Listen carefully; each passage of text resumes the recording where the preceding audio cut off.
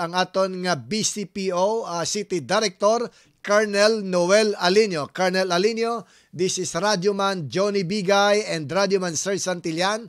Magandang umaga po, Colonel. Magandang umaga po, Manong Radyoman Johnny at Manong Radyoman Search, at magandang umaga po sa lahat ng ating tagapakinig. Unang-una po ang aming pagsaludo po sa inyo, Colonel, at saka sa mga magigiting nating mga kapulisan sa pagkahuli po natin kahapon sa mga nagnanakaw po ng mga batteries at saka nagsasabotahe ng operations ng mga telcos natin dito sa Bacolod. Yes, sir. At alam naman po natin na matagal na tayong affected sa ganyan mga insidente kasi kaya nga nagtayo ang ng task force sa Bantay Cable ang City of Bacolod. At hindi lang po ngayon yan. Last year, yan din po naging problema and previous month. At ito nga po nakita natin. Matagal na po natin itong hinahanap. May mga previous arrest na po tayo kung sino gumagawa. Isa, dalawa. Ito po is malaki. Nakita ko po mismo sa loob. Andun po pala lahat binabagsak yung mga nakaw na mga tablet, mga cell site batteries. Itong mga nahuli po natin, Colonel, ito po ba ay isang organized na grupo na tumitira sa mga telco cell sites? Kung mapapansin niyo, sir, yung mga previous arrest natin, may mga naka-uniform pa sila. Sinasabi rin nila na may mga kompleto sila, may mga band silang ginagamit at naka-uniform pa at may mga hagdanan pa sila. Kaya kung mapapansin niyo po, kahit makita sila, hindi malalaman na nagnanakaw sila. Okay. Kasi mga nakasuot po sila ng mga telco t-shirts at saka may mga band sila. Ngayon po is meron ulit latest na biktima from sa Mabinay, Negros Oriental. Okay. Nanakawag po doon at ang information nga po is dito ibabagsak Bacolod City. At nga po nakuha po natin 'yon, nahuli po natin 'yon. Actually may mga nakatakbo pa. Nagkaroon po kasi ng habulan pa. Doon po mismo sa Banis nakita namin yung mga telco cell site batteries na came from na sa Mabinay pa sa Negros Oriental. Okay. Oo. At nakita rin po namin na kung saan nila binabagsak. At naabutan nga rin po namin doon sa loob. Hindi lang po yung hawak ng mga rubbers, yung mga telco cell site battery.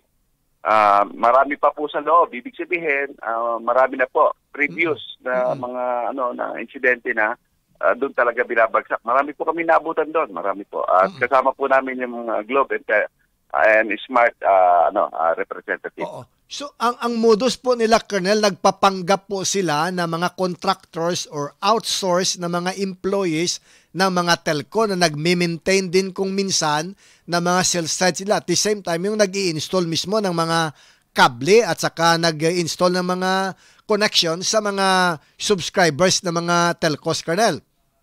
Yes, sir. Kung mapapansin niyo po sir, sa junk shop mismo, pagpasok namin. Malaki po ito, hindi po ito yung parang backyard lang. Malaki po ito. Tapat po ito ng Mabini Elementary School.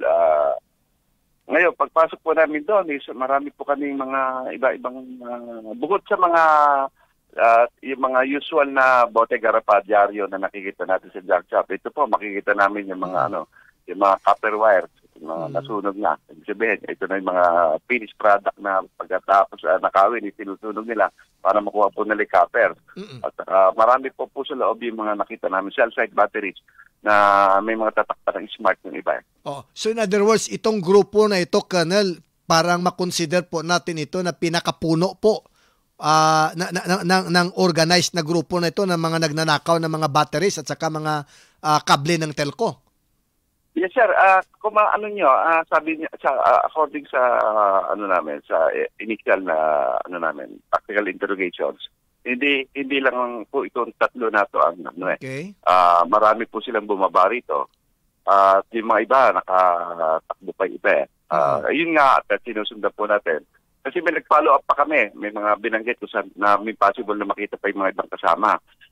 Kung nakita niyo po rito, may programa po tayo rito sa DCPO na once na nakahuli po kami, tinitingnan po kagad namin yung background.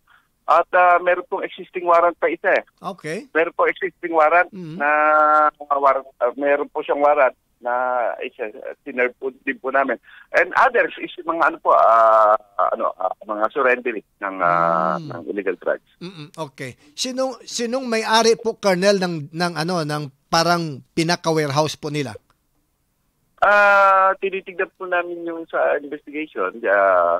Tinitignan po namin kasi talagang hindi lang po isa dalawa hindi lang po isang beses nila magdadala ron eh. Titignan po namin talaga yung participation po ng owner. Parang bagsakan po ito sa Colonel. Financier ba ito o bumibili lang ba talaga? Oo. Siguro parang bagsakan po siya itong pwesto sa Mabini, Colonel. Ito dito siguro binabagsak lahat.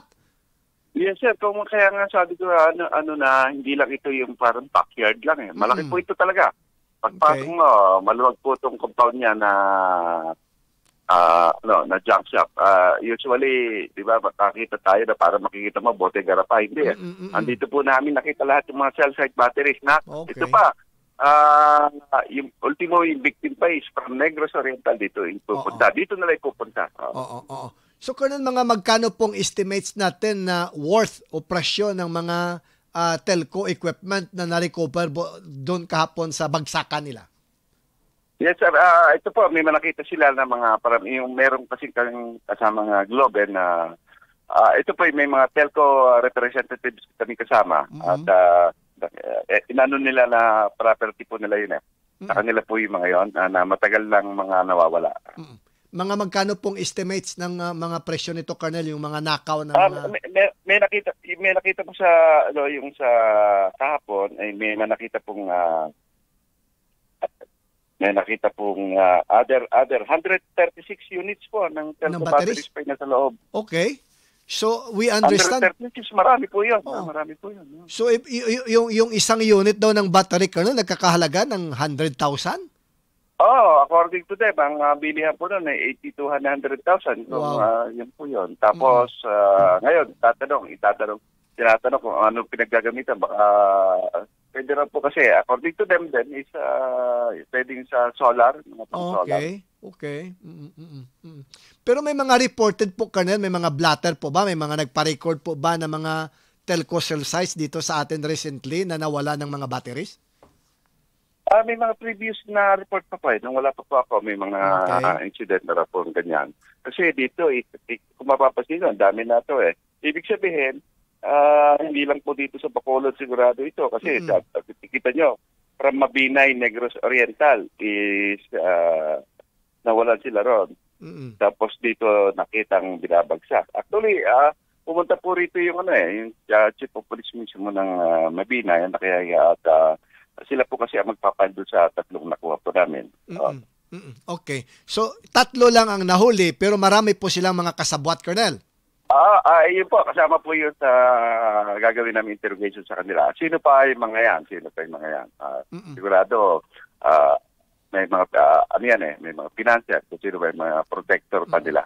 O sa pagkahuli po natin ng mga grupong ito, Colonel, makonsider po ba natin na malaking kawalan po ito sa mga nagnanakaw ng kable at saka mga batteries ng mga telcos?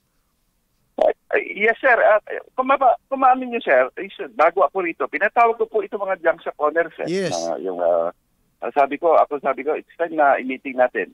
Pumunta po ito mga junk shop owners nato sa NGC. Piniting nga po doon ng Task Force Bantay Kable.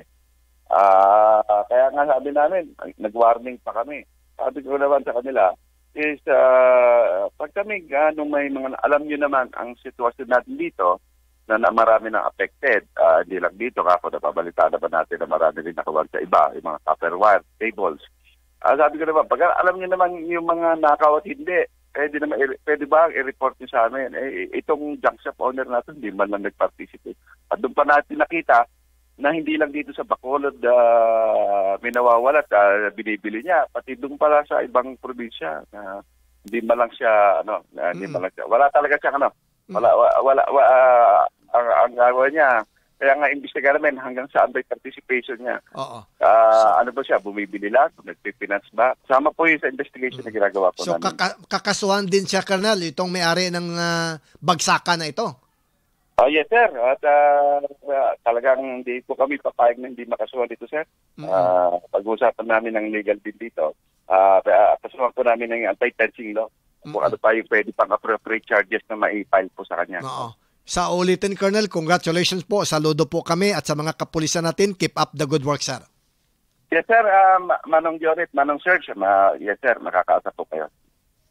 Good luck, Colonel. That's